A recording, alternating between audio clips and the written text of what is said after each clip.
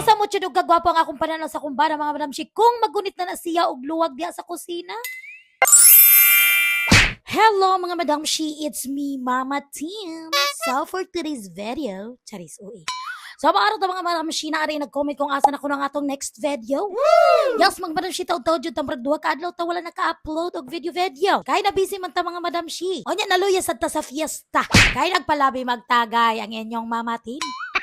Oh, naaday tayo video diri mga madam shi og karon lang ni nato ma-edit. Pero sagda ay late upload ni kay basta kay video ni.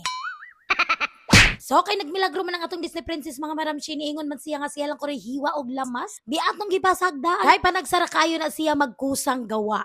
Kay nag-request na ba sa atong Disney Princess og iyahang paborito nga pasayan aw magluto na sad siya bibi.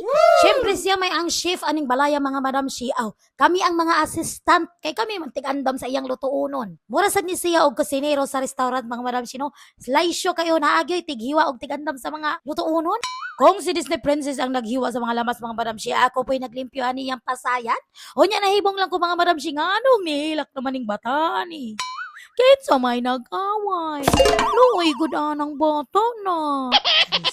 Kinsa man po'y dili makahilak ka ng mga madam shi nga perte man po pagkahalangaan ng sibuyas. Kung dili ka makahilak nga maghiwa kag sibuyas mga madam shi aw. Sana all. Charis. Bitaw mga madam shi naaman kuno na technique para dili ka makahilak maghiwa og sibuyas. Pero atong Disney Princess wala pa na siya kabalo kon sa light technique. Pero sa pagkakaroon paghilak-hilak lang sa diaday. Ay, grabe naman makahilak mo ra magbiyaan og uyab. Oy. So, gisugda na din Habibi og mikos-mikos ang ihang lutuonon diri mga madam shi no. Mao gid akong pinakaganahan ni Habibi mga madam shi kay kugyan kayo muluto og mga lamian. Kay kung ako iyang palutuan mga madam shi ay nalang gid pagdahom kog lami. Kay ako ra gyud lami. Charis. Mugwa po ginang akong pananaw ni Habibi mga madam shi kung maggunit na siya luwa. Og maara na dayon siya magbarog dira sa kalan. Kay magluto na dayon ang ato ang papagwapo. Uy, sana all gwapo. Dili man expert sa pagluto ang atong Habibi mga madam shi pero proud kayo ko mga madam shi kay nakaton na siyag iyara. Hilig kay na siya mutanaw og mga cooking videos mga madam shi. Unya iyara yun ang sunon. And in fairness mga madam shi, maura man pud og lami ra man pud ang iyang mga luto. Pero ako mga madam shi bisag kung saan akong tanaw mga madam shi, piniritong itlog ra gyud ang pinakalami na kong maluto. So final mga madam shi naluto ng gyud ang pinakalamian nga buttered shrimp ni Habibi. Ako na dayon gihukad diri mga madam shi kay aron mga una mga first so excited na kayo mi mukaon mga madam shi kay murag taud-taud na mi wala nakakaon og shrimp.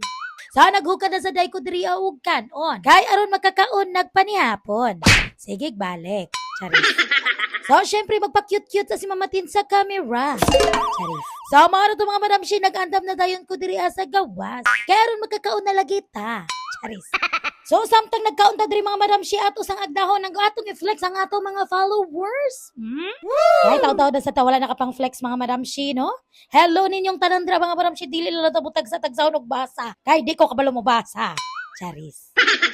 So, ano to mga madam shi, kung nauyon mo sa atong video, pag-follow na sad mo diha. Pero kung wala mo nakauyon mga madam shi, ayaw mo pag-follow kay inyo ra gyapon i-unfollow. Malibog si Lolo Mitz ninyo. Maapektuhan ang atong performance. Mara kung dili mo kauyon mga madam shi, ay na lang mo pag-follow Tanaw lang mo. Sa mga to mga madam shi rin lang kuto. Salamat sa inyo pagtanaw. Bye-bye.